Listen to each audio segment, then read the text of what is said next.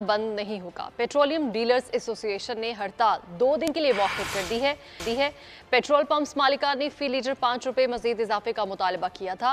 मुसद्दिक मलिक ने 2 रुपए 65 पैसे बढ़ाने की ऑफर की, लेकिन डीलर्स नहीं माने।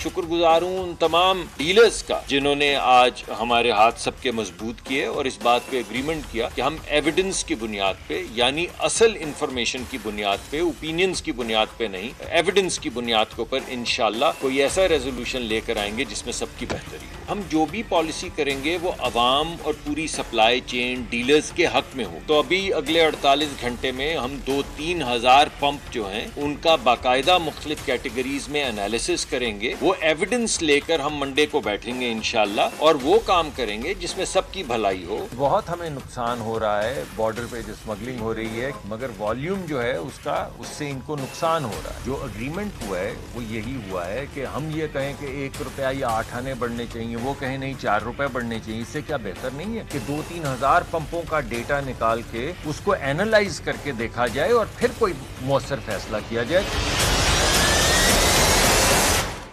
हैदराबाद में पेट्रोल पंप्स के बाहर गाड़ियों की लंबी कतारें लगी हुई हैं। मजीद जानेंगे ब्यूरो हेड हैदराबाद इरफान